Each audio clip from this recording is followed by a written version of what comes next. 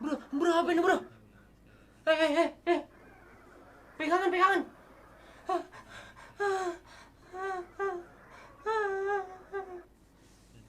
Hewa unja. Ah.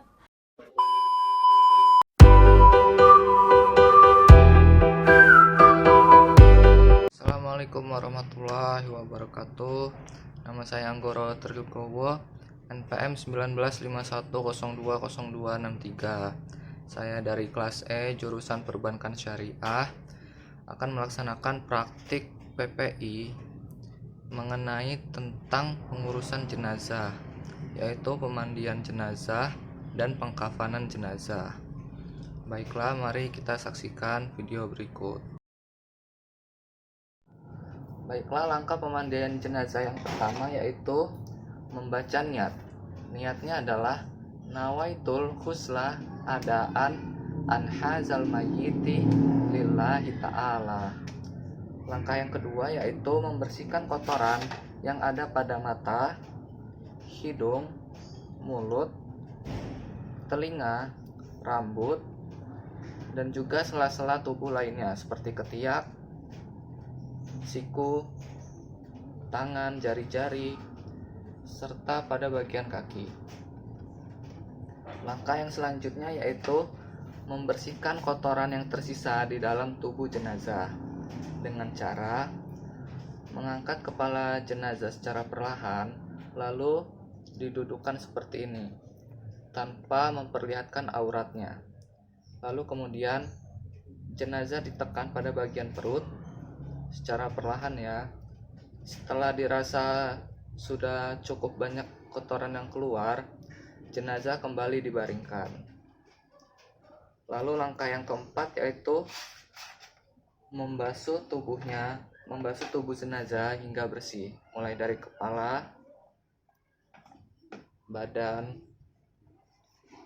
dan juga sampai ke kaki.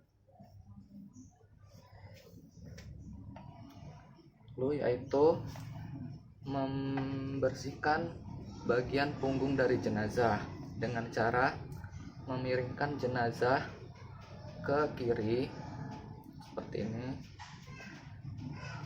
Auratnya jangan sampai terlihat ya. Lalu dibasuh dengan menggunakan air dari ujung kepala ke badan hingga ke kaki. Kemudian jenazah dibaringkan kembali, lalu dimiringkan kembali ke arah yang berlawanan.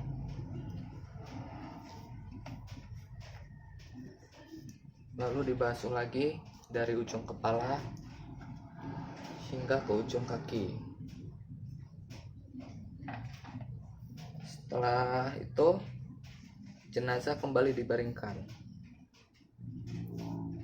Setelah dibaringkan, yaitu langkah selanjutnya memandikan jenazah sebanyak 3 kali, bisa 5 kali atau bahkan 7 kali dengan hitungan yang ganjil. Memandikannya dari ujung kepala, muka, ke leher, ke badan, serta sampai ke kaki. Setelah dimandikan sebanyak 3 kali, 2, 3, setelah 3 kali yaitu memandikan jenazah dengan air wewangian atau bisa menggunakan kapur barus ataupun sirih, mulai dari ujung kepala ke badan hingga ke kaki. Setelah dimandikan dengan air wangi, jenazah kemudian diwudukan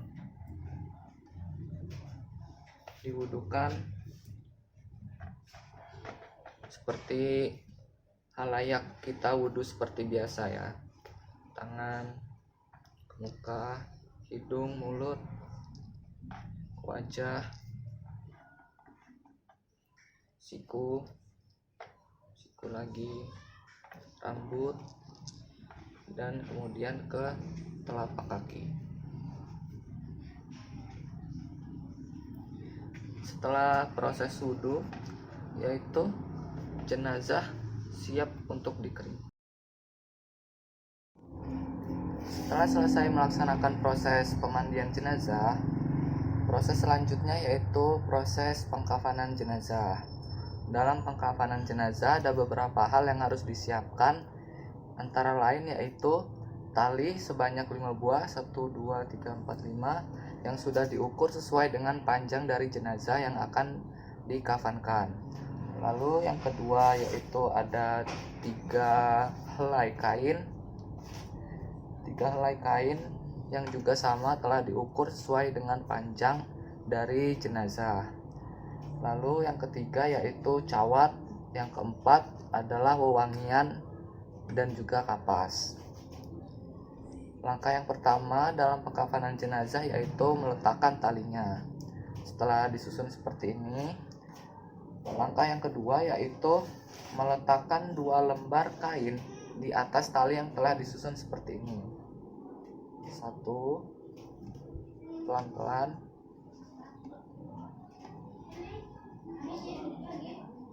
1 di sebelah kanan dan juga 1 di sebelah kiri, seperti ini. Setelah selesai menaruh kain seperti ini, taruh lagi 1 helai kain di bagian tengah dari 2 kain ini.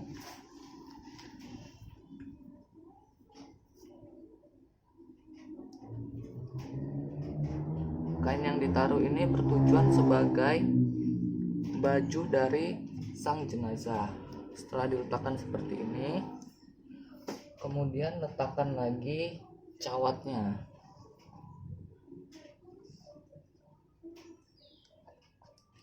Setelah cawat ditaruh, kemudian letakkan jenazahnya di atas susunan kain ini. Lakukan dengan perlahan,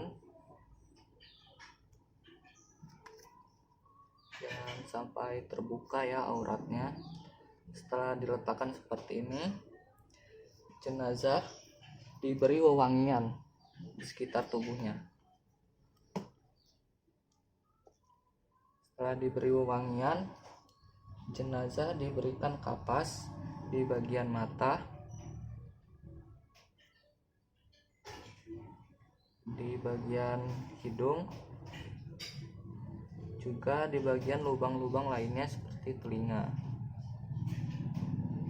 Setelah dipasangkan kapas seperti ini, lalu pasangkan cawat pada bagian bawah dari jenazah.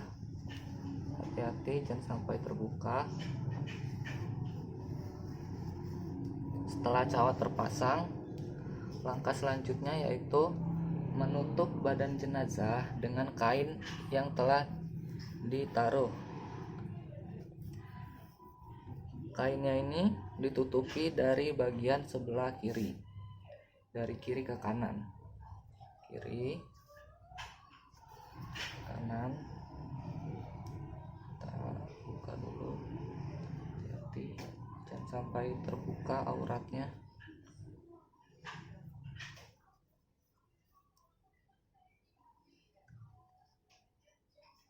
Dari kiri ke kanan, usahakan bagian kepalanya terbuka. Setelah dilapisi seperti ini, lalu lapisi lagi tubuh mayit dengan kain yang ada di bawahnya, dari arah kanan ke kiri. Kanan, lalu kiri. Setelah dilapisi seperti ini,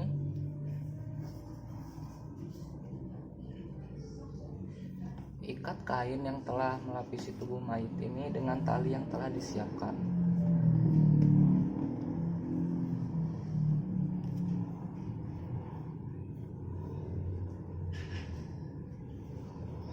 Ikatnya jangan terlalu kencang ya, karena nanti pada saat pemakaman akan dibuka kembali.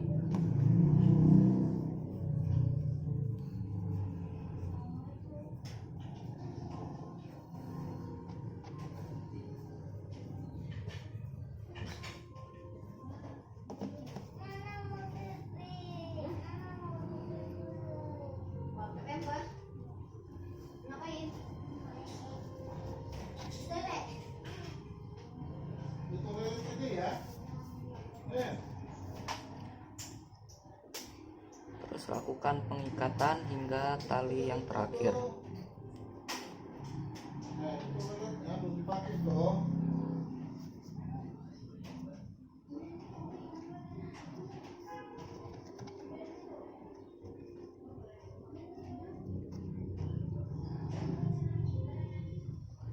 Setelah selesai melakukan pengikatan, maka selesai jugalah proses dari pengkafanan jenazah ini.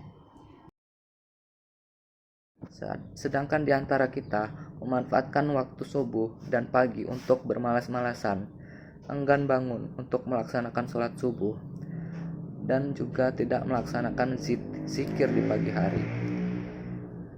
Dan ini adalah bahaya. Jika meninggalkan sholat subuh, maka akan lepas dari jaminan Allah Subhanahu wa Ta'ala. Dari Jundab bin Abdillah radhiyallahu anhu, ia berkata bahwa Rasulullah Shallallahu alaihi wasallam bersabda, barang siapa yang sholat subuh, maka ia berada dalam jaminan Allah. Oleh karena itu, janganlah menyakiti orang yang sholat subuh tanpa jalan yang benar. Jika tidak, Allah akan menyiksanya dengan menelungkupkannya di atas wajahnya dalam neraka jahanam. Hadis riwayat Muslim. Bahkan yang sering tidak sholat subuh termasuk orang yang munafik. Yang kedua yaitu sedikit sholat berarti kurang dari ketakwaan. Padahal takwa itu adalah pembuka bagi pintu rezeki.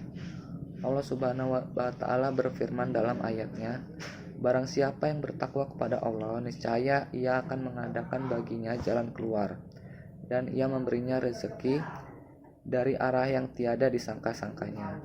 Barang siapa yang bertawakal kepada Allah, niscaya Allah akan mencukupkan keperluannya. Sesungguhnya Allah melaksanakan urusan yang dikehendakinya. Sesungguhnya Allah telah mengadakan ketentuan bagi segala sesuatu. Quran Surat At-Talaq ayat 2-3. Yang ketiga yaitu bermalas-malasan. Bermalas-malasan juga menjadi sebab rezekinya sulit datang. Karena seorang muslim dituntut untuk selalu bekerja dan bertawakal kepada Allah Subhanahu wa Ta'ala. Imam Ahmad pernah ditanya mengenai seorang yang cuma mau duduk-duduk saja di rumahnya atau hanya berdiam di masjid. Ia berkata, aku tidak mau bekerja sedikit pun dan hanya mau menunggu sampai rezekiku datang. Imam Ahmad pun berkata, orang ini benar-benar bodoh. Padahal Nabi SAW bersabda, sebagaimana bahwa burung saja bekerja dengan berangkat pada pagi hari. Para sahabat Nabi yang mulia pun berdagang dan bekerja dengan hasil kurma mereka. Merekalah sebaik-baiknya teladan. Jadi tidaklah boleh beralasan karena sibuk ibadah dan berdakwah sampai malas untuk bekerja.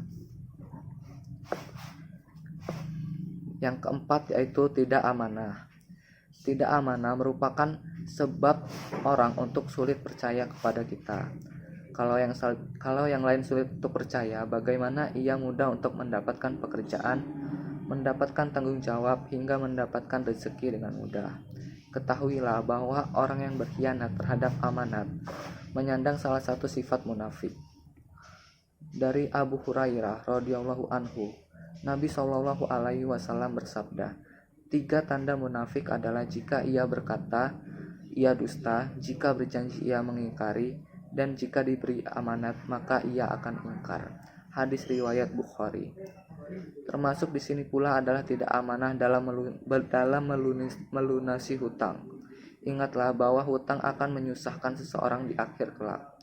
Dari Ibnu Umar radhiyallahu anhu, Nabi Shallallahu alaihi wasallam bersabda, barang siapa yang mati dalam keadaan masih memiliki hutang 1 dinar ataupun 1 dirham, maka hutang tersebut akan dilunasi dengan kebaikannya di hari kiamat nanti. Karena di akhirat nanti tidak ada lagi dinar maupun dirham. Hadis riwayat Ibnu Majah. Demikianlah khutbah yang dapat saya sampaikan. Apabila ada salah kata saya mohon maaf. Terima kasih. Wassalamualaikum warahmatullahi wabarakatuh. Tugas PPI yang selanjutnya yaitu membaca Al-Quran. Baiklah, saya akan membacakan Al-Quran surat Al-Baqarah ayat 282. A'udzu billahi minasyaitonir rajim. Bismillahirrahmanirrahim. Ya ayyuhallazina amanu iza tadayantum bidainin ila ajalim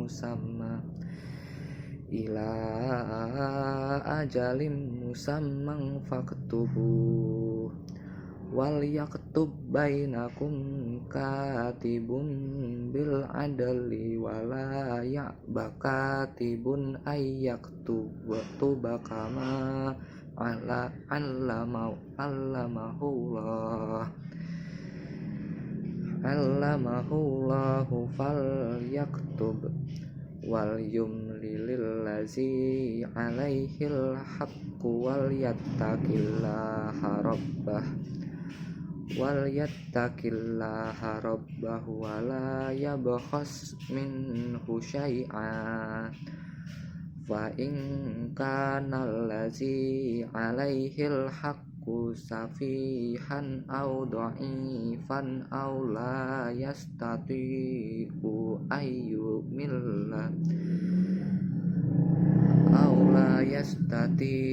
ayyumilla huwa falyumlil waliyuhu bil adl wastashhidu syahidaini mir rijalikum fa illam yakuna rajulaini farajulu wamra'atani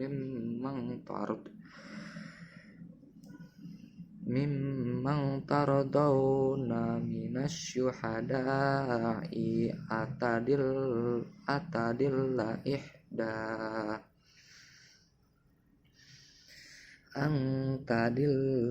ihdahuma fatuzakkira ihdahumal ukhra wala ya'basyuhada'u iza ma du'u wala tas'amu an taktubuhu saghiran aw kabiran ila ajalih zalikum aqsatu indallahi wa aqwamu mulisyahadati wa adna alla tartabu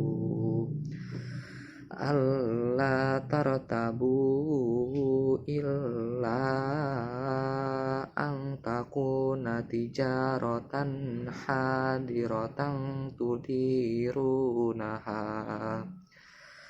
tudirunaha bainakum falaisa alaikum junahun alla taktubuh wa ashidu iza tabayatum wala yudorra katibu wala syahid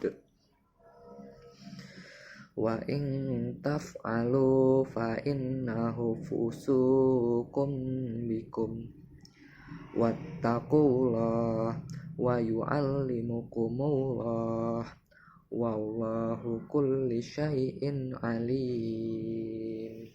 Shadaqallahul azim. Artinya yaitu, wahai orang-orang yang beriman, apabila kamu melakukan utang piutang untuk waktu yang ditentukan, hendaklah kamu menuliskannya, dan hendaklah seorang penulis di antara kamu menuliskannya dengan benar. Janganlah penulis menolak untuk menuliskannya, sebagaimana Allah telah mengajarkan kepadanya. Maka hendaklah ia menuliskan, dan hendaklah orang yang berutang itu mendiktekan, dan hendaklah ia bertakwa kepada Allah Tuhannya, dan janganlah ia mengurangi sedikit pun daripadanya.